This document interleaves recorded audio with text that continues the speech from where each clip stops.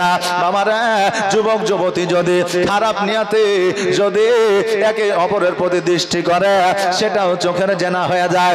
যদি বাবা মন খারাপ করে যদি একজন নারী একজন যুবককে আপনার ঝড়, সেটাও কিন্তু হাতের জেনা হয়ে যায়। আরে বাবা,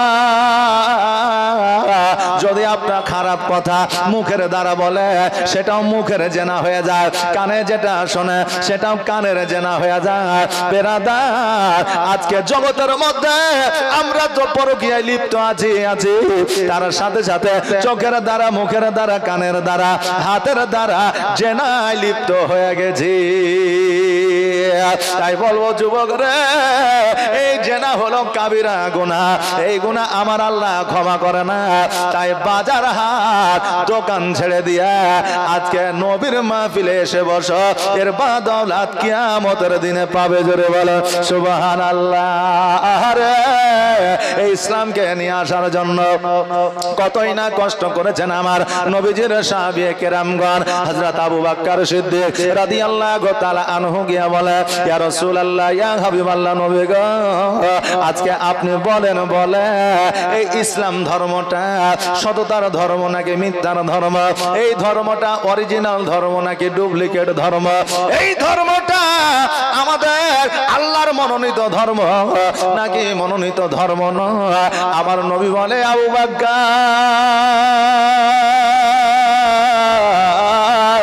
পৃথিবীর মধ্যে যত ধর্ম আছে না কেন, সব ধর্ম জগতের মধ্যেকার ধর্ম, এই ধর্ম আল্লাহর কাছে মনোনীত নয়।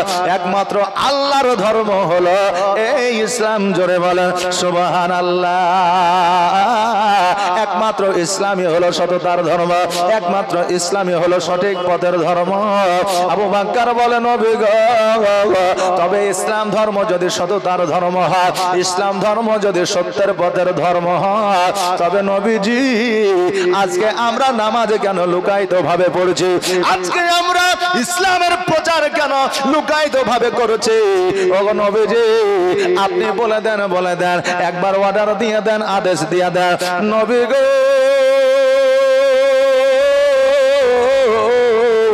আমি আবু বকর এই ইসলামের প্রচারটা আমি প্রকাশ্যে করতে চাই। জোরে বলেন সুবহানাল্লাহ।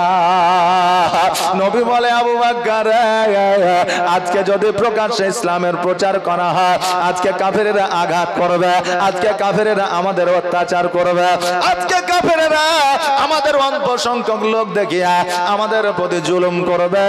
অতএব থেমে যাও, আরো কিছুদিন পরে প্রকাশ্যে ইসলামের প্রচার করব। আবু বকর বলে, হুজুর গো, আগামী জুম্মাতে আপনি ঘোষণা দিয়ে দেন, আগামী জুম্মাতে বলে দেন আমি আবু বকর আর লুকায়িত ভাবে আল্লাহর ইবাদত করব না, আমি লুকায়িত ভাবে আর ইসলামের প্রচার করব না। নবী গো, আমি প্রকাশ্যে ইসলামের প্রচার ও প্রসার করতে চাই। আজকে বাবা, আজকে আমার নবী পাক সাল্লাল্লাহু তাআলা আলাইহি ওয়াসাল্লামদের সাহাবীদের এমন একটা সাহস ছিল রে বাবা, যেহেতু তিনাদের মধ্যে ঈমানি জাজবা ছিল, যেহেতু তিনারা জান্নাতের সার্টিফিকেট পেয়েছিলেন, ওনাদের মধ্যে একটা চিন্তা ভাবনা ছিল যে ইসলামের প্রচার করতে গিয়া ইসলামের জন্য যদি আমার প্রাণ চলে যায়, আমি শহীদের দরওয়াজা পাবো, কাল কিয়ামতের দিনে আমার কোনো জবাব দিতে হবে না। আজকে তিনাদের মধ্যে বাবা ভয় ভীতি ছিল না।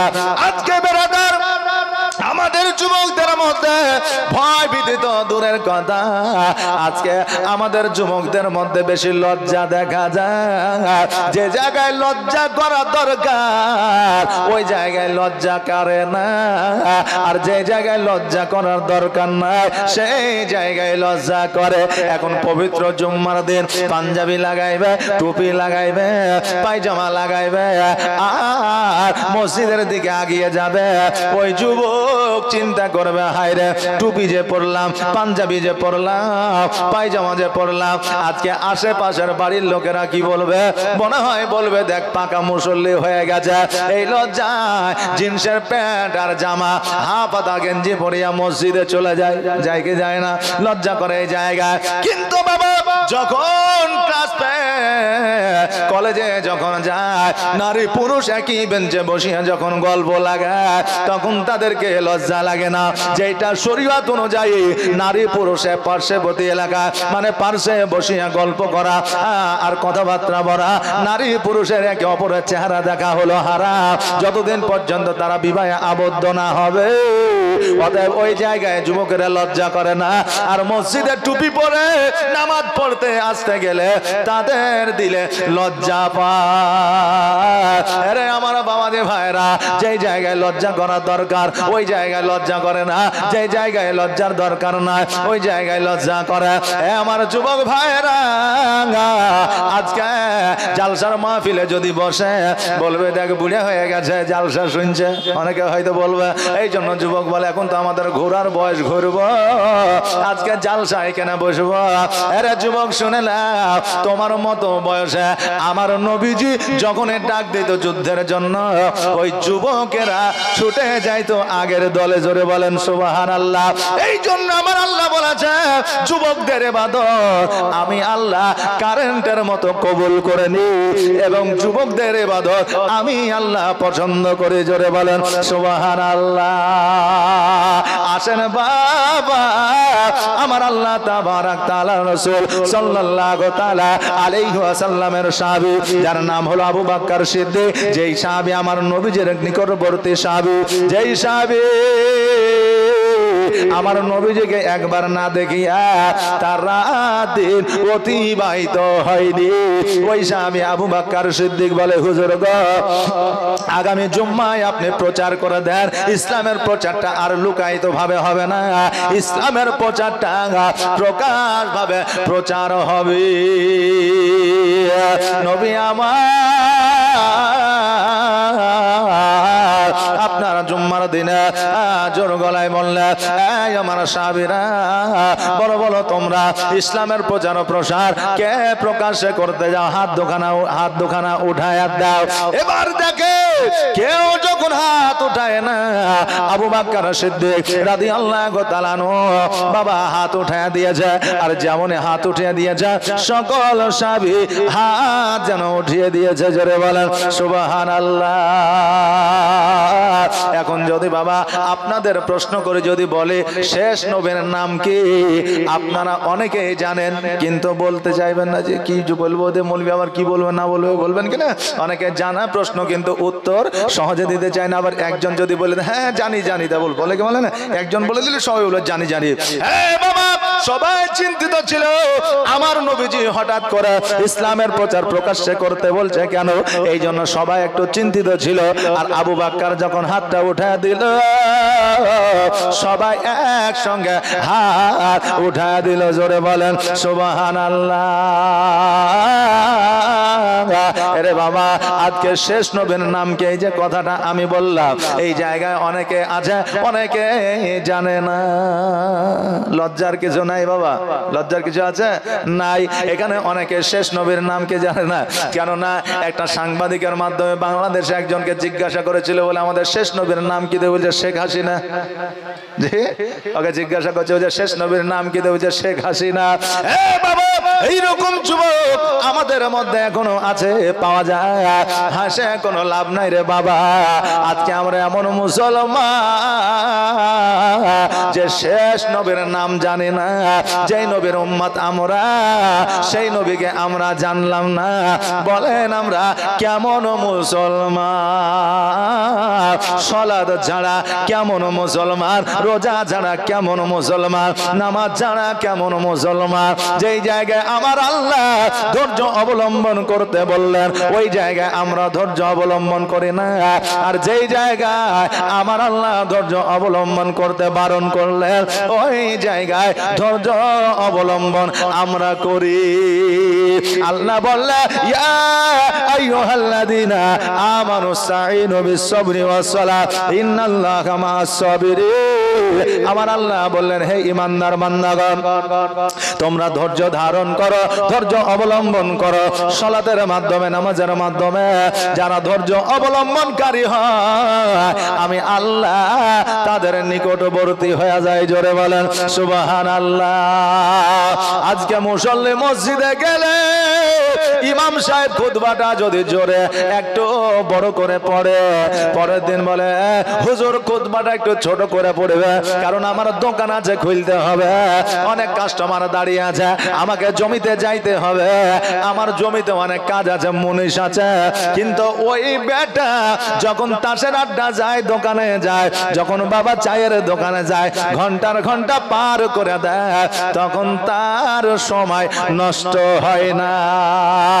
কিন্তু আমার আল্লাহকে বললেন যে ওই জায়গায় সময় পার করে, বললেন কোথায়? বললেন সালাতের মাধ্যমে ধৈর্য অবলম্বন করতে বললেন। এই যুবক ভাইরা, এই আমার মা বোনেরা, আসেন আসেন, কেমন করে ইসলাম জগতের মধ্যে আমরা পেয়েছি একটু আপনাদের কাছে তুলে ধরতে চাই।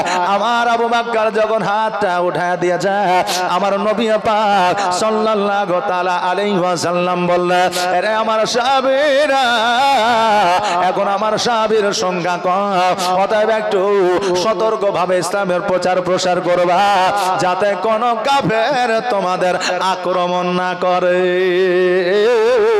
এই কথা বলিয়া নামাজ কমপ্লিট করিয়া আবু বকর সিদ্দিক রাদিয়াল্লাহু তাআলা আনহু যেন বাবা রাস্তা দিয়ে চলে যাচ্ছে।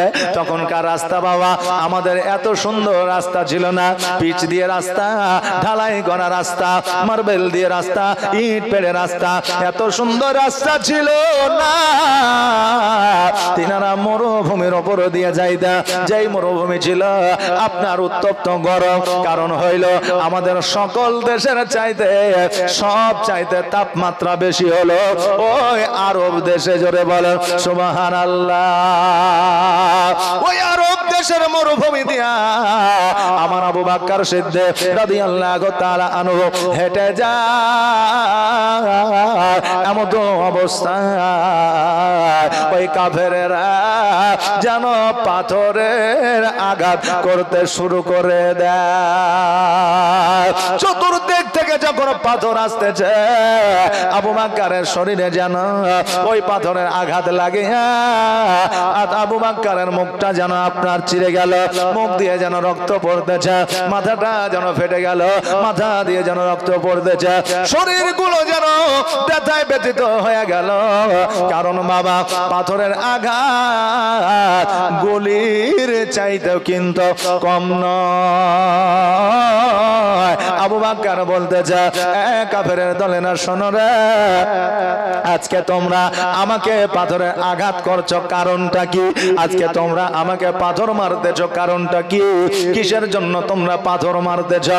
কাফেরের দলেরা বলে, আবু বকর, নবী যখন বলল তোমরা প্রচার ইসলাম প্রচার প্রকাশ্যে কে করবা, কেউ হাত উঠায়নি, আজকে তুমি সর্বপ্রথম হাত উঠিয়েছ, আর তোমার হাত উঠানো দেখে সকল সাহাবী হাত উঠিয়েছে। আজকে এই জন্য তোমাকে পাথরে আঘাত করতে আমরা করতেছি। এই আবু বকর শোনো, আজকে পাথরে আঘাত বন্ধ হবে না, তখন এই পাথরে আঘাত বন্ধ হবে যখন তুমি নবীর সঙ্গ ছেড়ে দেবে, নবীর সাথ তুমি ছেড়ে দেবে, ইসলামের প্রচার প্রকাশ্যে করা ছেড়ে দেবে। তুমি এই কথা যতক্ষণ পর্যন্ত না বলবে, ততক্ষণ পর্যন্ত পাথরের আঘাত বন্ধ হবে না। আবু বকর বলে, শোনো রে,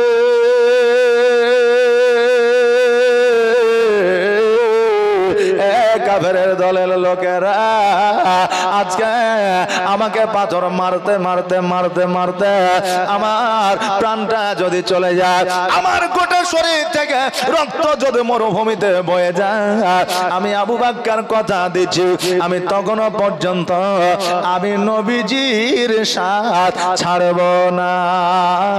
জোরে বলা যাবে না সুবহানাল্লাহ। এত কষ্ট পাওয়ার পরে নবীজির সাথ তারা ছাড়তে চায় না। আর আমরা এমন মুসলমান ঘরে জন্ম নিয়েছি যে যে জায়গায় রসুলের আলোচনা হয় ওই জায়গাতে আমরা যাইতে পারি না।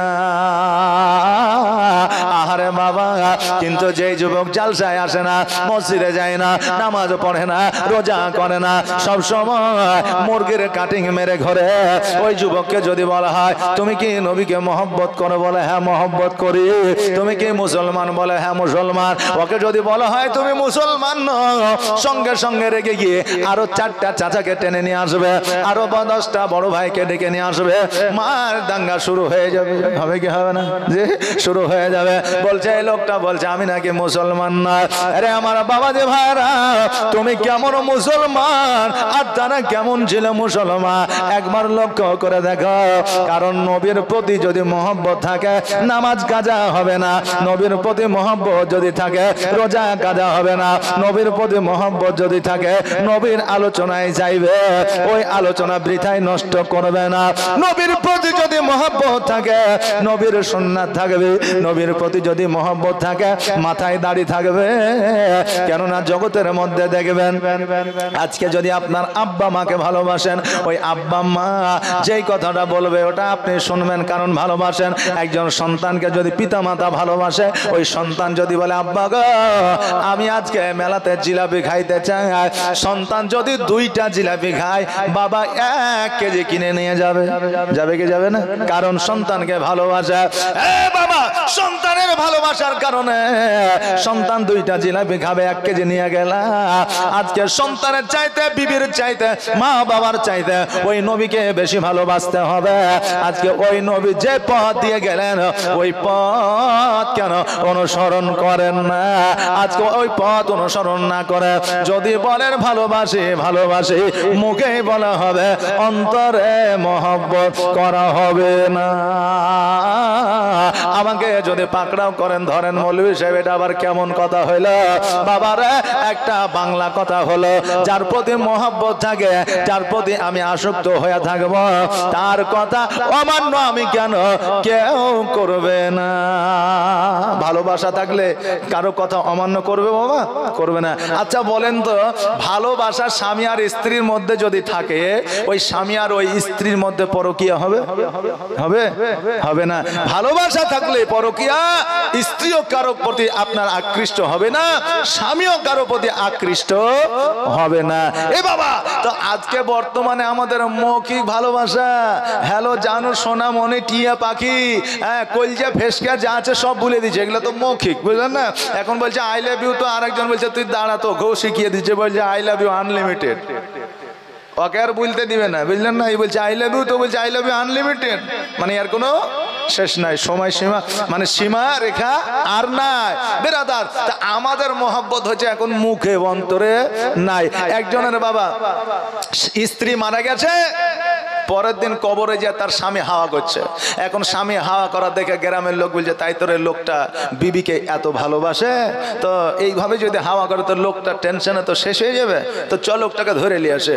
গ্রামের 10টা লোক যায় বলছে বাবা এইভাবে হাওয়া করেন না, কবরে পৌঁছাবে না, চলেন বাড়ি চলেন। তো বলছে যে আমি যা করছি করতে দাও, তোমরা যেখানে যাইছো সেখানে যাও। তো এখন ওই লোকগুলো বলছে চাচা আপনি চাচিকে এত ভালোবাসেন, ভালোবাসা ছাড়া তো এগুলো সম্ভব নয় নাকি বলে? হ্যাঁ, তো বলছে চাচা আপনি চাচিকে এত ভালোবাসেন, তো বলছে খ্যাপা কোথাকার ভালোবাসা টালোবাসা কিছু নয়। তোর চাচি যখন মারা যায় তার আগে ওসিয়ত করেছে যে আমি মারা গেলে তুমি তো বিয়ে করবাই, তো কমসে কম আমার কবর যতদিন না শুকাবে অতদিন বিয়ে করিও না। তা আমি দেখছি মৌলবী যেইভাবে সকাল লাগু সারা হো এই বলে যে পানি মারিয়াছে, তো এই পানি শুকাইতে এখন 7 দিন 8 দিন লেগে যাবে, তো অতদিন দেরি করবো, এই জন্য আমি কবরটা হাওয়া করছি যাতে তাড়াতাড়ি পানিটা শুকিয়ে যায় আর আমার বিয়েটাও যাতে তাড়াতাড়ি হয়ে যায়। কথা বুঝলেন না বাবা? তা আমার বিয়েটাও যাতে তাড়াতাড়ি হয়ে যায়, এই দেখেন ওর হাওয়া করছে স্বার্থে, কিন্তু অন্তরে তার মহব্বতে হাওয়া নয়, হাওয়াটা করছে তার নিজের স্বার্থের জন্য, মানে আর একটা বিয়ে করার জন্য, আর লোকে দেখছে মহব্বতে হাওয়া করছে। বেরাদার, তো এইরকম আমাদের মধ্যে লোক দেখানো মহব্বত অনেক হয়ে গেছে। কিন্তু বাবা, এই আসলে মন থেকে যে মহব্বত করবে এরকম মহব্বতকারী পাওয়া খুব মুশকিল। আজকে যারা জালসায় এসেছে না বাবা, আমাকে খারাপ মনে করিয়েন না, আজকে জালসা শেষ করে যখন বাড়ি চলে যাবো বলে মৌলবি খুব দিয়েছে, এই মৌলবিটা খুব একটা ভালো ছিল না, কথা বুঝলেন না? তো ভালো বলেন আর খারাপই বলেন, আজকে যারা জালসায় এসেছে বাড়িতে জিজ্ঞাসা করেছে কোথায় যাবি রে, তো জালসায় যাবো। জালসায় যেতে হবে না, থাক, হ্যাঁ পাড়াতে জালসা হয়েছে আর জালসায় যাবো না তাই কি হয় বেরাদার? কিন্তু ওই জালসায় এসে কি করছে? মেলাতে ঘুরছে, ঘুরছে ঘুরছে না, মেলাতে ঘুরছে। তাহলে আসলে ও যে জালসায় যাচ্ছি বলেছে, এটা কি মহব্বতে বলেছে? জি, মহব্বতে বলে নাই, বলেছে জালসায় যাচ্ছি। মহব্বতে যদি বলতো তাহলে জালসায় আজ বাজারে ঠাসাঠাসি হাড়াহাড়ি হুড়াহুড়ি করে না ঘুরে এই জালসার মাহফিলে বসতো। বাবা, এটাই হচ্ছে নবীর প্রতি প্রাকৃতিক ভাবে মহব্বত। জোরে বলেন সুবহানাল্লাহ। এ বাবা যে ভাইরা আমার, আবু বকর সিদ্দিক রাদিয়াল্লাহু তাআলা আনহু বলে, আরে কাফেরেরা আজকে কেন কিয়ামত পর্যন্ত যদি আমাকে পাথরে আঘাত করো, এই পাথরের আঘাত সহ্য করতে না পারিয়া যদি আমার প্রাণও চলে যায়, আমি তবুও নবীর কলমা ছাড়ব না। কারণ নবীর প্রেমে যারা পাগল হয়ে যায় রে বাবা, তাদের কোনো আঘাতে আঘাত মনে হয় না। জোরে বলে সুবহানাল্লাহ। নবীর প্রেমে পাগল হইলে, নবীর প্রেমে পাগল হইলে আমার আল্লাহ তাআলা খুশি।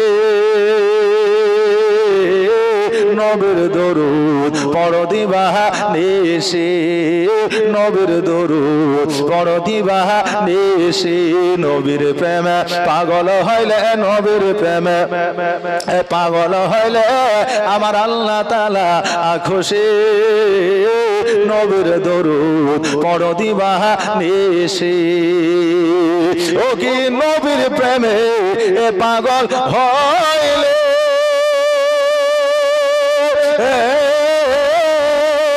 আমার আল্লাহ তাআলার দিদার মিলে গো। জোরে বলেন সুবহানাল্লাহ। একটু আওয়াজে বলেন না সুবহানাল্লাহ, আর একটু আওয়াজ দিয়ে বলেন না সুবহানাল্লাহ। নারে তাকবীর, নারে রিসালাত, মাসলাকে আলা হযরত, জোরে বলে জিন্দাবাদ। সুবহানাল্লাহ, জাযাকাল্লাহ, মাশাআল্লাহ।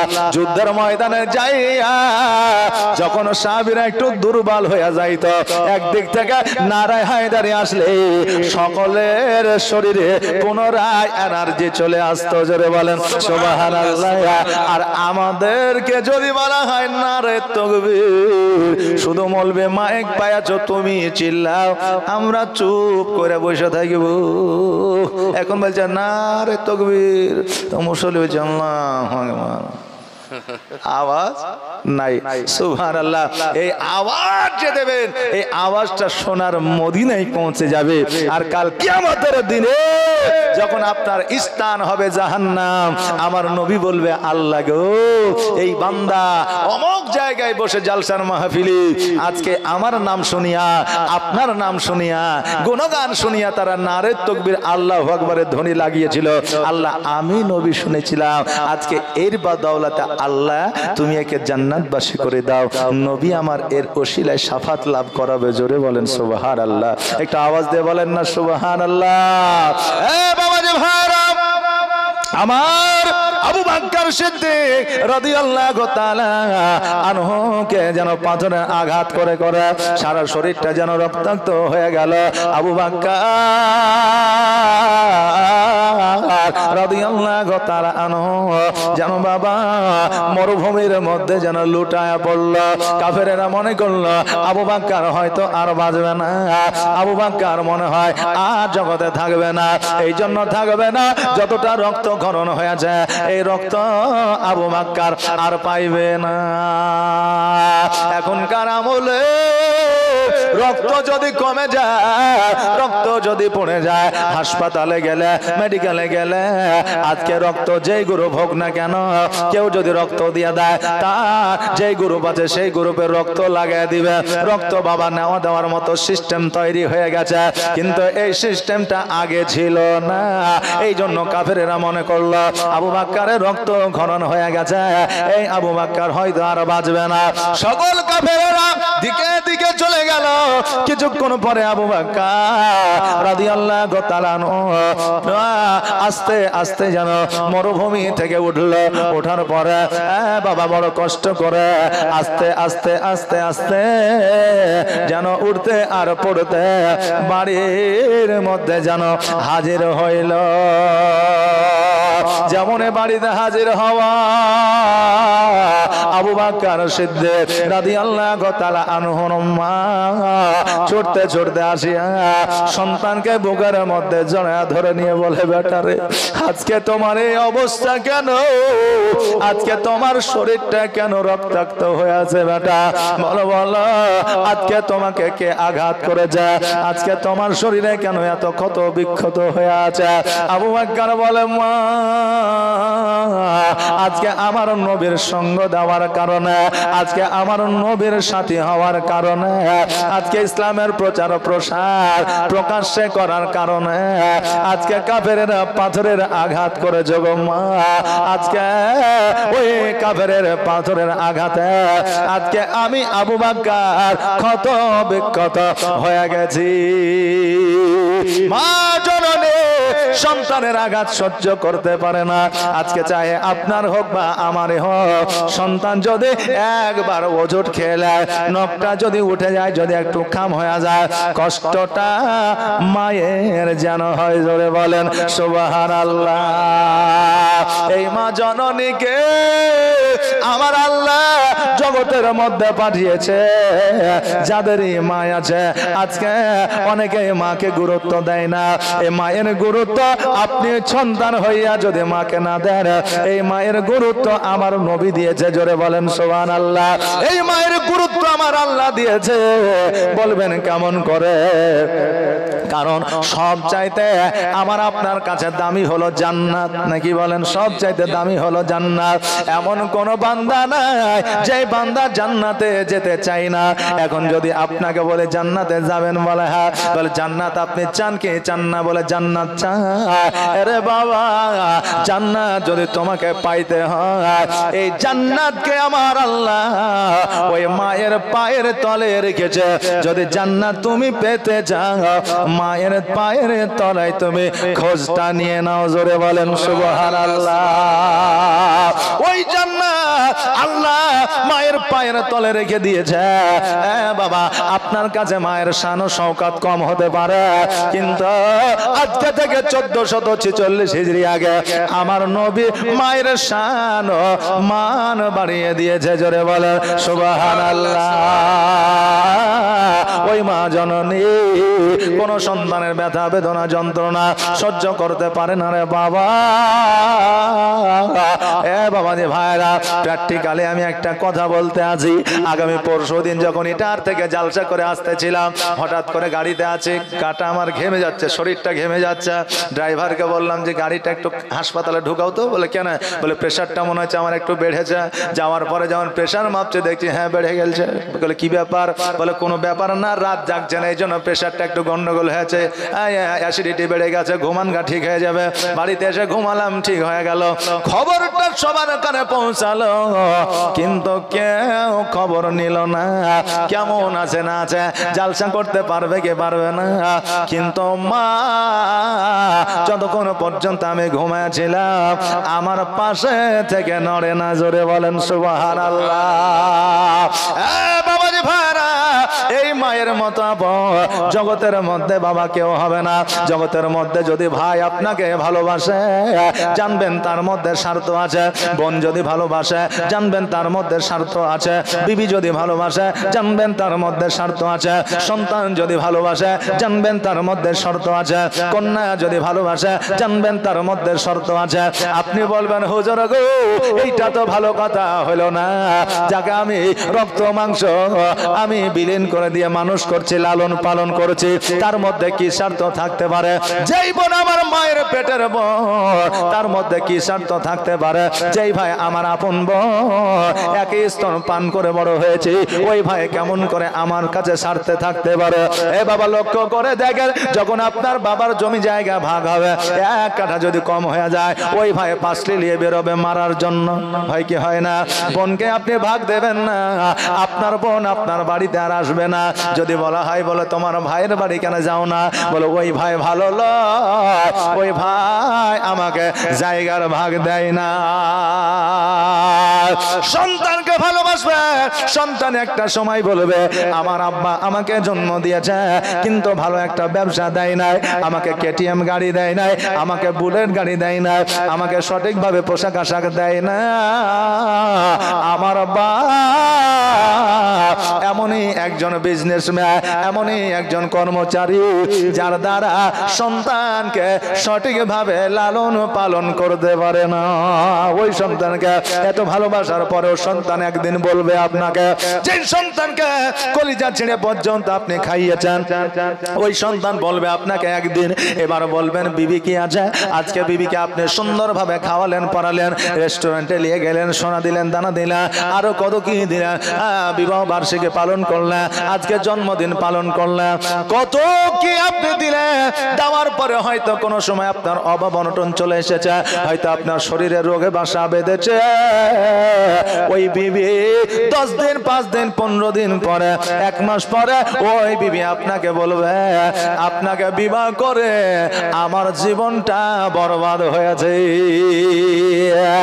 আরে বাবা, তবে সব বিবিরা নয়, বিবি মারিয়ামের মতো যারা বাবা বিবি হয়েছে, তাদের দ্বারা এইরকম কথা বের হবে না। তবে 100-র মধ্যে 99টা মা এই কথা স্বামীদের বলে থাকে। অনেক স্বামীকে বলে, তোমাকে বিবাহ করে আমার জীবনটা বরবাদ হয়ে গেছে। আমার নবী বলেছেন এই কথা যে বিবিরা স্বামীকে বলেছে, কিয়ামতের দিন তাদের কোনো ইবাদত আল্লাহর দরবারে কবুল হবে না। জোরে বলেন সুবহানাল্লাহ। এরে বাবা, বলার উদ্দেশ্য আমার একটা, আজকে জগতের মধ্যে যাকে ভালোবাসবেন, আজকে কেউ না সবাই আপনাকে স্বার্থে ভালোবাসবে, কিন্তু যে মা বাবা, ওই মা বাবা স্বার্থে আপনাকে ভালোবাসে না, বিনা স্বার্থে ভালোবাসে, ওই মায়ের মূল্য কিয়ামত পর্যন্ত দিতে পারবেন না। মা যদি জগৎ থেকে চলে যায়, আসমান জমিন বিক্রি করলেও একটা মা কিনে পাওয়া যাবে না। আপনি বলবেন, হুজুর গো, আমরা 4টা ভাই বড় হয়েছি, 4 ভাইকে 4 নজরে দেখে, 4 ভাইকে 4 নজরে দেখে ঠিকই, কিন্তু তোমাকে যে ভালোবাসে না এটা নয়। ওই মা যদি তোমার হক না আদায় করে, কিয়ামতের দিন জবাব দেবে। কিন্তু তুমি সন্তান হইয়া ওই বাপ মায়ের বিচার করতে পারবে না। এই ক্ষমতা আমার আল্লাহ কোন সন্তানকে দেয় নাই। জোরে বলেন সুবহানাল্লাহ। আরে বাবাজি ভাইরা, ওই মা জননী যদি তোমার দুশ্মন হইতো, ওইকে জন্ম দেওয়ার পরে এত কষ্ট পেয়েছিল, রাগ করে ওই সেই দিন আতরের ঘরে তোমার গলা টিপে হত্যা করে দিত। এখন একটা পিঁপড়েতে যদি কামড়ায়, যে একটা পিঁপড়েতে যদি তোমাকে কামড়েছে, দাঁড়া ওকে দিলাম ঘুষটা, নাকি বলে করে না?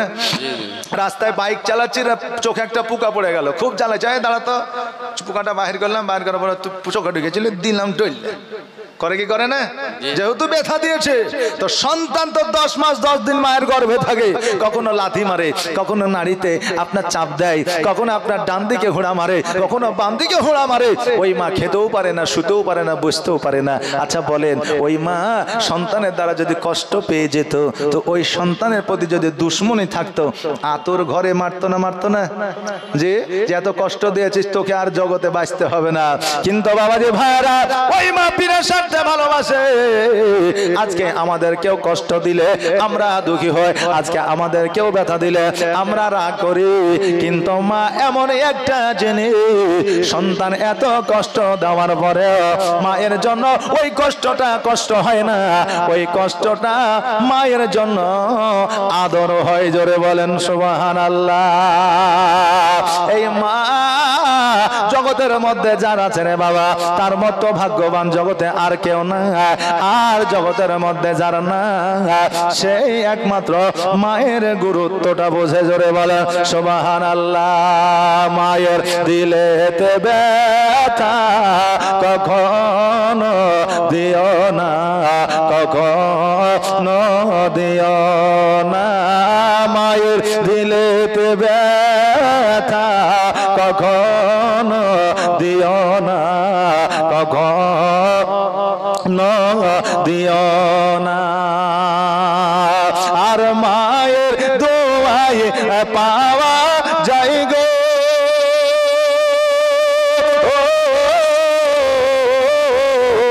মায়ের দোয়াই পাওয়া যায় গো জান্নাতের ঠিকানা। মায়ের দিলেতে ব্যথা কখনো দিও না, কখনো দিও না। দেখো দুঃখে দুঃখে নীরবে আর ছেলের খুশির তরে মা মরতে রাজি হবে। জোরে বলেন সুবহানাল্লাহ। দেখো দুঃখে দুঃখে নীরবে আর ছেলের খুশির তরে মা মরতে রাজি হবে। আর জীবন দিলেও শোধ হবে না,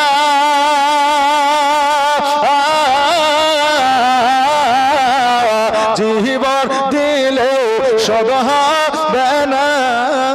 মায়ের দুধের দেনা, মায়ের দিলেতে ব্যথা কখনো দিও না, কখনো দিও না। মায়ের দিলেতে ব্যথা কখনো দিও না, কখনো দিও না। ও বাবা যে ভাড়া, ওই মা জননী আমার আবু বকর সিদ্দিক রাদিয়াল্লাহু তাআলা আনহুর মা অঝর নয়নে পানি ছেড়ে দিয়ে কান্দে, বেটারে আজকে তোমার যে অবস্থা আমি মা হইয়া সহ্য করতে পারি না। আরে আবু বকর, আজকে তোমার শরীরের ক্ষত বিক্ষত দেখা আমি মা, আমার কলিজায় বড় কষ্ট হয়, আমার মনে বড় আঘাত হয় রে বাবা। এই আবু বকর, আজকে তুমি নবীর কাছে যাইয়া তুমি কি বলিবা? আজকে আমার নবীর কাছে যাইয়া তুমি কি বলবা? ইসলামের প্রচারের জন্য আজকে আঘাত করেছে। আবু বকর বলে, মা এটা তুমি কেমন কথা বলো? আমার নবীকে বলা তো দূরের কথা, আমার নবীকে বুঝতে পর্যন্ত দিব না। জোরে বলে সুবহানাল্লাহ। আমরা যারা নেতাগিরি করে, ওই নেতার যদি সদস্য, ওই নেতার কর্মচারী যদি কোনো ক্ষতি হয়ে যায়, কেউ যদি একটা ঢিল মেরে দেয়, ওই জায়গাটা যদি সামান্য একটু ফুটে যায়, বড় ব্যান্ডেজ করে নিয়ে নেতার কাছে হাজির হয়ে যায়, দেখেন মাথা ফাটিয়ে দিয়ে বলে কে বলে অমুক। এই কথাটা আমরা বলি, ঝামেলাটা আরো বাড়ায় দিয়ে। কিন্তু আবু বকর উনি বলতেছেন, মা গো এই কথা আমার নবীকে বলা তো দূরের কথা, আমার নবীকে জানতে পর্যন্ত দিব না। আরে বাবা, আমার নবীকে জানতে দেবে না, আমার নবী কি জানতে পারবে না? পারবে কি পারবে না? নবী আমার জানতে পারবে, কারণ আমার নবী ইলমে গায়েবের সংবাদ দেনেওয়ালা দাতা। আমার নবীজি পেছনে দেখনেওয়ালা দাতা, সামনে দেখনেওয়ালা, ডানে দেখনেওয়ালা, বামে দেখনেওয়ালা, জমিনের উপরে দাঁড়িয়ে থেকে সপ্তম জমিন পর্যন্ত আমার নবী এক ঝলকে দেখতে পাই। জোরে বলেন সুবহানাল্লাহ। নারে তাকবীর, নারে রিসালাত, ইয়া রাসূলুল্লাহ আলা হযরত জিন্দাবাদ। এ বাবাজি ভাইরা আমার, আবু বকর সিদ্দিক রাদিয়াল্লাহু তাআলা আনহুর এই অবস্থা দেখিয়া আবু বকরের মা আবু বকর সিদ্দিককে লইয়া উঠোনের উপরে শোয়া দিলেন। উঠোন বুঝেন, বুঝেন আগের কালে উঠোন ছিল, আজকে যেটাকে আমরা চালি বলি, ওই উঠোনের উপরে শোয়া দিলেন। শোয়া দেওয়ার পরে পোশাকটা খুলিয়া গরম পানি করে নিয়ে আসলেন, আর ওই গরম পানিটায় একটা কাপড় নিয়ে সারা পিঠে যেন মা জননী সেদ করতে আছে। আবু বকর বলে, মা আজকে এই গরম পানি দিয়া সেদ করলে আমার ব্যথা যাবে না, আজকে গরম পানি দিয়া আজকে সেদ করিলে মা আজকে আমার ব্যথা দূর হবে না, আজকে গরম পানি দিয়া যদি আমাকে মালিশ করো গো মা, আমার ক্ষত বিক্ষত জায়গাগুলো ভালো হবে না, মা আজকে গরম পানি দিয়া আমার শরীরটা সেদ না করিয়া আমাকে একবার দয়ার নবীর কাছে নিয়ে চলো মা, আমার নবীর চেহারা দেখলে পরে আমি আবু বকর আমার গোটা শরীরের ব্যথা দূর হয়ে যাবে। জোরে বলেন সুবহানাল্লাহ। আবু বকরের মা বলে, এই আবু বকর তোমার চলার ক্ষমতা নাই, তুমি তো চলতে পারো না, তুমি কেমন করে নবীর কাছে যাবে? আবু বকর বলে, মা গো আজকে আমি তোমার কাঁধে হাতটা দেব, আমি তোমার ঘাড়ে হাতটা দেব, আর গোটে গোটে পায়ে আমি তোমাকে নবীর কাছে নিয়ে যাব। বাবা রে ভাইরা, সন্তান যতই বড় হয়ে যাক না কেন মায়ের কাছে কোনদিন ভারী হয় না। জোরে বলুন সুবহানাল্লাহ। সন্তান যতই বড় হয়ে যাক না কেন মায়ের কাছে কোনদিন ওই সন্তান ঘৃণিত হয় না। আজকে বাবাজি ভাইরা, আজকে আপনি অসুস্থ হয়ে গেলে ওই মা এমন অ্যাটিটিউড করে যে আপনাকে মা এখনো কোলে উঠাইতে পারবে, করে কি করে না? মা কোলে উঠাইতে পারবে, কারণ হইল মা সন্তান, আপনার সন্তান যেন মায়ের কাছে কোনোদিনই বড় হয় না, সারা জীবন ছোটই থেকে যায়। ওই মা সন্তানকে যদি একটা চড় মেরে দেয় বড় অবস্থায়, বাবারে রাগ করবেন না যে আমি এত বড় তবুও মা আমাকে একটা চড় মেরে দিয়েছে, এত মানুষের সম্মুখে আমার লজ্জা লেগে গিয়েছে, এই বলে মায়ের উপরে রাগ করিয়েন না। মা যদি আপনাকে মেরে থাকে, আপনার আব্বা যদি আপনাকে মেরে থাকে, জানবেন এটা আপনার জন্য সৌভাগ্য, কারণ পিতা মাতা শিক্ষক শিক্ষিকা সন্তানের ওই যুবকের যে জায়গায় আঘাত করে, লাঠির হোক হাতের হোক, আমার নবী বলেছেন ওই জায়গাগুলোতে কিয়ামতের দিন জাহান্নামের আগুন পুড়াইতে পারবে না। বাবাজি ভাইরা, যে মায়ের চোটটা আপনার গালে লেগে যাবে, আপনার পিঠে লেগে যাবে, আপনার হাতে লেগে যাবে, ওই সমস্ত জায়গাগুলোতে জাহান্নামের আগুন প্রবেশ করবে না। জোরে বলেন সুবহানাল্লাহ। বাবাজি ভাইরা, আমার আবু বকর সিদ্দিক রাদিয়াল্লাহু তাআলা আনহু আস্তে আস্তে বিছানা থেকে উঠলেন, একটা চাদর গায়ে দিলেন, আর মায়ের কাঁধে হাতটা দিলেন, যেন বাবা ন্যাংড়াতে ন্যাংড়াতে আবু বকর যেন নবীর রওজা শরীফের দিকে রওনা হয়ে গেলেন। এবার নবী ঘরের দিকে যেন আপনার রওনা হয়ে গেলেন, গুটি গুটি পায়ে যাওয়ার পরে যখন আমার নবীজির কাছে পৌঁছে যায়, চাদর দিয়ে যেন কত বিক্ষত জায়গাগুলোকে ঢেকে নেয়, যেন আমার নবী দেখতে না পায়। আরে বাবা, আমাদের মতো মানুষ হইলে আমরা বেশি করে আরো খুলে রাখতাম যেন দেখতে পায়। আমার আবু বকর কত বিক্ষত জায়গাগুলোকে যেন ঢেকে নাই। আমার নবী বলে, আবু বকর আর ঢাকিও না, ঢাকিও না, কারণ তোমার শরীর কতটা ব্যথায় ব্যথিত হয়ে আছে আমি নবী সব বুঝতে এবং জানতে পারি। জোরে বলে সুবহানাল্লাহ। আবু বকর যাওয়ার পরে বলে নবী গো আপনি কেমন আছেন? আমার নবীজি বলছে আবু বকর আমি ভালো আছি, বলো তুমি কেমন আছো? আবু বকর বলে হুজুর গো আজকে আমি যখন আমাকে পাথরে আঘাত করেছিল তখন থেকে এতক্ষণ পর্যন্ত ব্যথায় ব্যথিত ছিলাম, চলতে পারতেছিলাম, মনে বড় কষ্ট ছিল, ব্যথা ছিল। কিন্তু নবীজি আপনাকে যখন জিজ্ঞাসা করলাম কেমন আছেন, আপনি বলেছেন ভালো। আপনি যখন আমাকে জিজ্ঞাসা করলেন খোদার কসম করে বলি গো নবী আমার শরীরে যত ব্যথা বেদনা যন্ত্রণা ছিল সমস্ত ব্যথা বেদনা যন্ত্রণা যেন দূর হয়ে গেল। জোরে বলেন সুবহানাল্লাহ। বেরাদার আমার নবীর চাইতে সেই আমলে বড় ডাক্তার কেউ ছিল না, আমার নবীর চাইতে সেই আমলে বড় মাস্টার কেউ ছিল না, আমার নবীর চাইতে সেই আমলে বড় বিজ্ঞান কেউ ছিল না, আমার নবীর চাইতে সেই আমলে বড় দর্শন কেউ ছিল না, আজকেও হয়নি, কিয়ামত পর্যন্ত হবে না, কারণ আমার নবীর তুলনা কারো সাথে হবে না। আমার নবী হলেন আলা। জোরে বলেন সুবহানাল্লাহ।